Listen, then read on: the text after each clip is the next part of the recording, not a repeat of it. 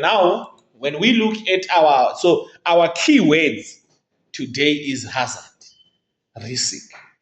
So if you look where there is any hazard or where there is a risk, definitely there is consequences. Consequences are the result of living with the hazard. Or then there is a severity, isn't it? Because someone can be negatively impacted by the existing of such hazard. So our hazard is a source of potential danger or harm or a situation with the potential to cause loss. Then a risk, we are looking at the chance or a probability of something happening that can cause harm, injury, loss, or damage. It is measured in terms of consequences and likelihood. Then the consequence is the outcome now of an event, expressed qualitatively and quantitatively, being loss, injury, disadvantage, or gain. So, which means now we cannot just come here and say, guys, what are hazards here? Then we say, no, there is a slippery, what can we call it? It's a mat, isn't it? This one, carpet, yeah. Slippery carpet, isn't it? Then we say it's a high risk. No, we look at qualitatively, the quality, and we look at the quantity. Are you getting it? Before we give a decision. So we are looking at, okay, if now a person falls, let us be practical. The person can get what? Then someone will say, yeah, there is possibility of amputation because when a person falls, he might fall with and try to balance, then get a fracture. So we have to make sure that we do it with practical what decisions before we rank it to say it's high, medium, and low. Then we're gonna look at the frequency. Frequency, we are now looking at the measure of rate of occurrence of an event, expressed as the number of occurrences of an event in a given time. For example, you guys, you are already working here. You know that those who are cutting, how many people are getting injured because of cutting machines? At what period? So that gives us a risk ranking because we can measure with the time. Say, on daily basis, we have an injury. No, guys, it happens once a month. No, it happens yearly. So that we can see the severity of what? Of it. So the severity, now we are looking at the degree of harm or the nature of the consequences. Then exposure, now we are looking to the extent or a degree in which employees or the environment are exposed. Are you getting it? To a specific risk. So now we are looking, okay, guys, to what extent people are exposed to this? To what degree people are exposed to this? To what degree the environment is exposed to this risk?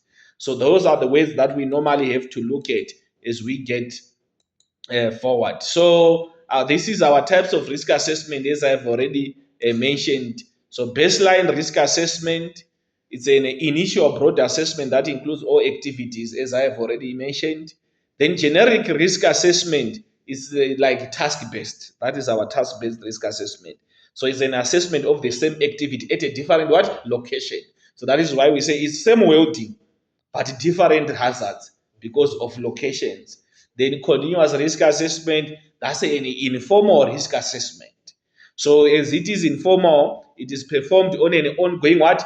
Basis as integral part of daily operations. As I have said, the pre-use inspections. Okay. So the following, we do have a lot of documents that forms our continuous what? Risk assessment. So we have what we call the legal inspections and observations. For example, you guys, as you are dealing with this, I know you have a department from government that comes and check, isn't it? So that is a legal inspection because when they came, they are checking, are you doing it legally? So it can be your taxi compliance. They come to your health and safety compliance. They come to check if employees are registered, employees are under UIF and all those things. That's legal what? Inspections. It's part of the continuance. Then we have medical surveillance. I think you guys, you cannot be just hired and work without being declared fit. Because if you are exposed to lift those metals I've seen in your workshop, and you are not physically fit, you'll suffer. You'll get sprains and strains, isn't it? So I think those are done. Then the occupational hygiene measurements, making sure that your area there is good housekeeping, there is no spread of diseases and viruses. Then plant maintenance systems like your machineries, they have type in which they are maintained, isn't it? So those are planned maintenance systems. Your fire equipment yearly, your first aid box monthly. So that is a maintenance system which is planned. Then we have planned tax observations, like some other tasks that you can say, guys, quarterly we inspect our rigging equipment because you do have overhead cranes in there. So they must be inspected by a what? Lifting tackle inspector quarterly.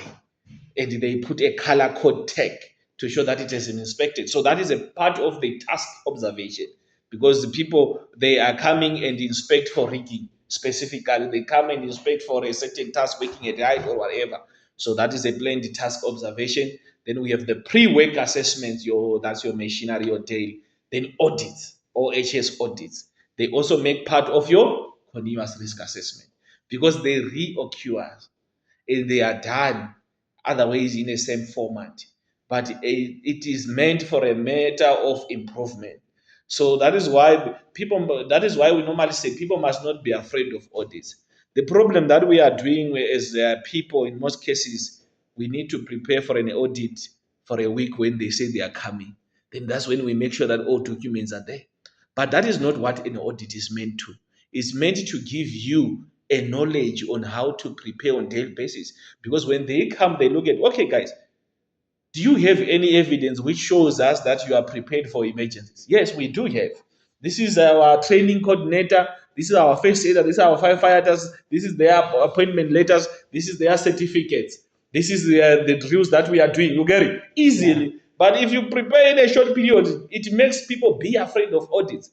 Most people they say, "Yeah, we have an audit." That's not an excuse because you are preparing a audit from the financial year end up until to the next financial year end. So why are you giving an excuse of an audit? So audit forms a continuous risk assessment. So it's something that is continuous. We must get used to it.